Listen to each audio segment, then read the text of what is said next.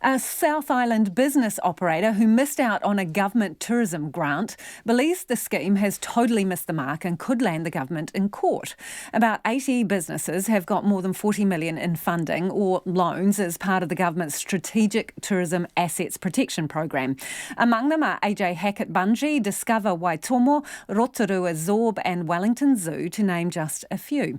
As part of the qualifying criteria, businesses had to be a key attraction, nationally or internationally recognised, and generate significant spillover benefits for the region, a region that would be severely diminished should the business fold.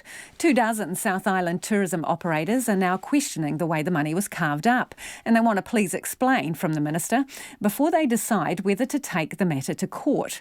Abbe Hutchins is CEO of Marlbourough Tour Company. She made an application for funding and was turned down. She says the process could have been fairer and simpler, and she thinks they got it wrong. I think there were probably other ways to provide funding to the industry that was more broad brush and helped more operators. Everyone's hurting, and I think it would be great to see the government come in behind everybody, not sort of ones that have been carefully selected. Do you think they're kind of picking winners, or...? No, I actually don't know if that's what they've done. I think what's happened is that they went through this process very quickly, and there's quite a few questions, I suppose, over exactly why some people got funding and other people didn't. So did you put in an application, Abby? Yes, we did. And how did that go for you? We didn't get any funding. So can you talk us through what you were after and why you were hoping to get some assistance?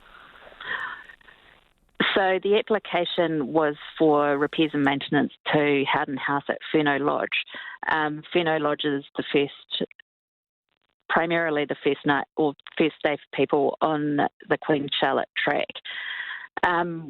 What we were after was some assistance in relation to maintaining that building, which we see as being iconic to the region and to New Zealand. So do you reckon you fell into that category of a strategic asset? I'd say we were definitely a strategic asset. My understanding is that we were considered ineligible because we were seen as a new capital project. Right, when you were applying for maintenance, though, a grant for maintenance in essence. Yeah, I mean, at some level I can see why they considered it a new capital project. I mean, it's a substantial renovation that's required because the building's had years of essentially no maintenance or under maintenance. But I do think that if you're wanting to preserve strategic assets, then you actually need to have a really good look across the country and decide what you think is actually worth putting money into. And how do you think that would have helped your region and tourism if you had got that money?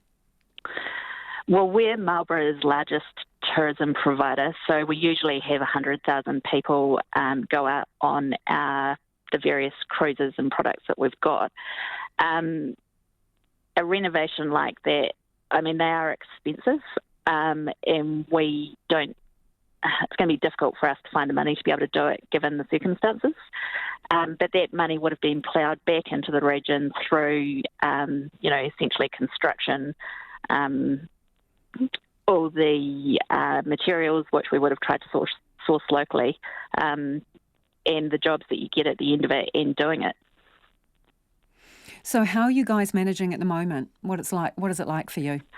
We've been, to be honest, we've been really thankful for all the support we've got from both locals and the domestic market. Winter has been better than we would have expected, but I think the big unknown is really what's going to happen over the summer period. So when you look at that list, or you know who got some of those who got funding, do you kind of think they've made a mistake with you, or do you think they've made a mistake with some of the people they've given the money to? Oh, look, I think all tourism businesses and all tourism operators are hurting.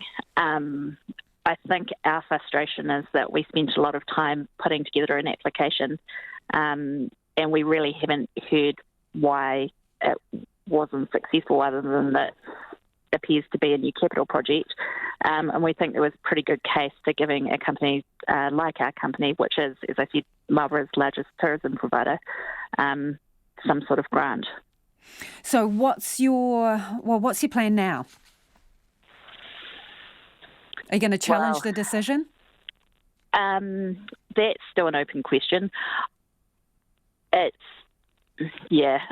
been an incredibly frustrating process, and there are definitely problems with the process. We're going to consider our options, and we'll work out what to do going forward. Could one of your options be a legal option? I mean, one of the options definitely is a legal option, but we're also hopeful that the government will have a think about how the money has been provided and the problems that's created, and might look to rectify it. Can you tell us a bit more about what that legal option might look like, Abbe, and would there be others involved? I mean, how would it work? It's a judicial review of the process. So the government gave grants to obviously 130 different operators, but it didn't give grants to about another 170 other applicants.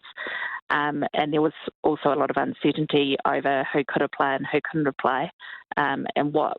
Most people's understanding was that the process was for strategic assets, and I think the Minister was on record saying he envisaged giving grants to 60 operators, not, more than that. So there's just been a lot of misinformation, and it's made it pretty difficult for operators. So it's really reviewing that process and pulling out the problems with it, and, getting the courts or taking it to the courts. So you know of a few people who, maybe are in a similar position to you or are concerned about the funding process at least? Oh, absolutely. I think, whether you got money or didn't get money, I think there's probably concerns about the process. The tourism industry has been great because everyone's been, in a similar situation, so banding together to try and work together to kind of get through this. It's just incredibly challenging times, and people are looking at their options. So is the Tourism Minister, Kelvin Davis, fighting your corner? Is he fighting for tourism hard enough? Look, I think he's fighting for tourism in that he did manage to get a $400 million allocation in the budget, which I think, if properly allocated, could have gone a long way across a number of operators.